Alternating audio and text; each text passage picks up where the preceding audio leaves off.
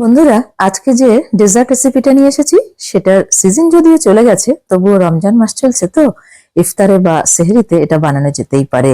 যথেষ্ট ক্যালোরিও আছে এটাতে, আর খেতে দুর্ধর্ষ হয়। তো চলো দেখে নেওয়া যাক রেসিপিটি। বাই দ্য ওয়ে, আমি নাফিসা, তোমরা দেখছো Flavour and Feast by Nafisa. চ্যানেলে নতুন বন্ধু হলে রিকোয়েস্ট করবো চ্যানেলটাকে সাবস্ক্রাইব করে পাশে থাকা নোটিফিকেশন বেলটাতে ক্লিক করে দিও পরবর্তী আপডেটগুলোর জন্য। যারা ফেসবুক পেজ থেকে দেখছো তাদেরকে অনুরোধ করবো পেজটাকে প্লিজ ফলো করে দিও। তো শুরু করছি। দেখো, বেশ কিছুদিন ধরে ফ্রিজে বেশ কিছু গাজর ছিল, কিছুই করা হচ্ছিল না। ভাবলাম রমজান চলছে, তো ইফতারে আর সেহরিতে এরকম একটা ডেজার্ট বানিয়ে ফেলি।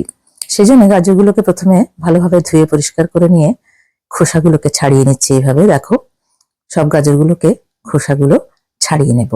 এই ডেজার্টটি খেতে অসম্ভব সুস্বাদু হয়। শুধু যে শীতকালে খেতে হবে এমন কথা নেই, যে কোনো সময় বানানো যেতেই পারে। তাই আমিও ভাবলাম ইফতারে আর সেহরিতে একটু বানিয়ে ফেলি। দেখতে থাকো পুরো ভিডিওটা, আশা করছি ভালো লাগবে। দেখো, গাজরগুলো সব খোসা ছাড়ানো হয়ে গেছে, আর খোসা ছাড়ানোর পর একটা গ্রেটার নিয়ে নিয়েছি। গ্রেটারের সাহায্যে সমস্ত গাজরগুলোকে এইভাবে গ্রেট করে নিতে হবে। দেখো, গ্রেট করা হয়ে গেছে, এটাকে সাইডে রেখে দেব। এবার ওভেনের উপরে একটা কড়াইতে নিয়ে নিচ্ছি 3 টেবিল স্পুন ঘি। ঘিটা বেশ ভালোভাবে গরম হয়ে গেলে এর মধ্যে আমরা কিছু ড্রাই ফ্রুটস ভেজে নেব। দিয়ে দিচ্ছি 1 মুঠো অর্ধেক করা কাজু, 1 মুঠো স্লাইস করা আমন্ড। দিয়ে এটাকে আমরা 30 থেকে 40 সেকেন্ড একদম লো ফ্লেমে একটু ভেজে নেব। খুব বেশিক্ষণ ভাজলে এগুলো পুড়ে যেতে পারে, লাল লাল হয়ে যাবে, তখন আর ভালো লাগবে না। সেই জন্য 30-40 সেকেন্ড ভেজে নেওয়ার পর দিয়ে দিয়েছি 1 মুঠো কিশমিশ। কিশমিশটা দিয়ে 20 সেকেন্ড মতো নাড়াচাড়া করে নিচ্ছি। কিশমিশটা দিয়ে খুব বেশিক্ষণ ভাজলে কিশমিশগুলো পুড়ে যাবে, তাই লো ফ্লেমে আমরা এটাকে 20 সেকেন্ড নাড়াচাড়া করে এগুলোকে তুলে একটা প্লেটের উপরে নিয়ে নিচ্ছি। নিয়ে এটাকে সাইডে রেখে দেব।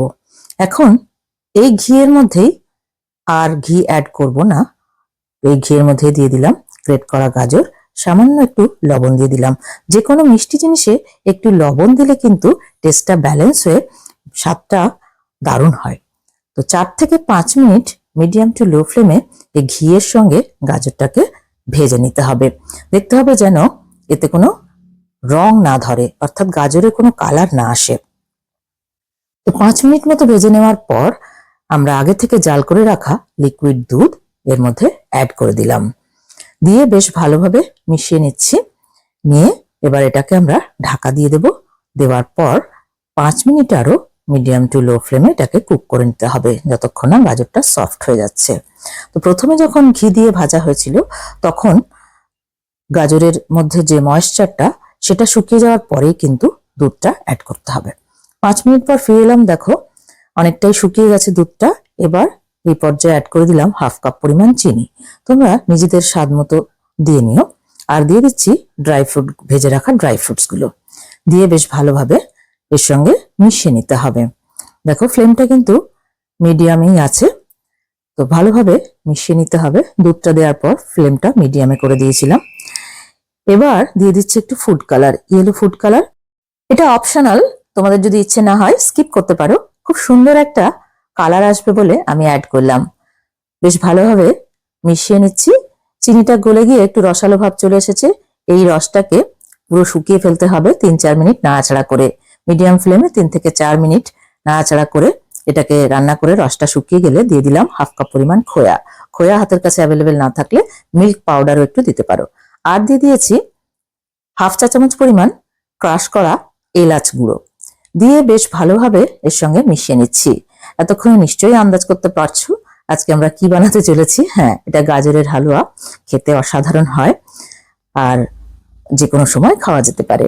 তো খোয়া আর এলাচ পাউডারটা দিয়ে বেশ ভালোভাবে মিশিয়ে নিতে হবে। দেখো, এটা অনেকটাই শুকনো শুকনো হয়ে গেছে। এই পর্যায়ে আমরা দিয়ে দেব ঘি। ওপরে একটু ঘি দেবো বলেছিলাম, তো এটা ওপরে একটু ঘিটা দিলে বেশ সুন্দর একটা ফ্লেভার হয়। 2 চা চামচ পরিমাণ ঘি দিয়ে দিলাম। দিয়ে বেশ ভালোভাবে 1 মিনিটের মতো নাড়াচাড়া করে মিশিয়ে নেব, যাতে ঘিয়ের ফ্লেভারটা সব দিকে চলে যেতে পারে।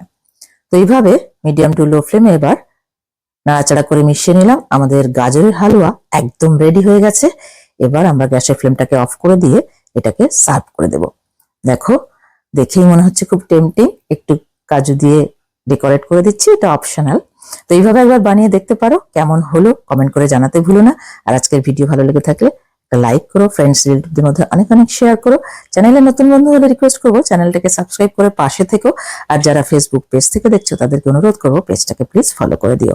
Thank you so much for watching.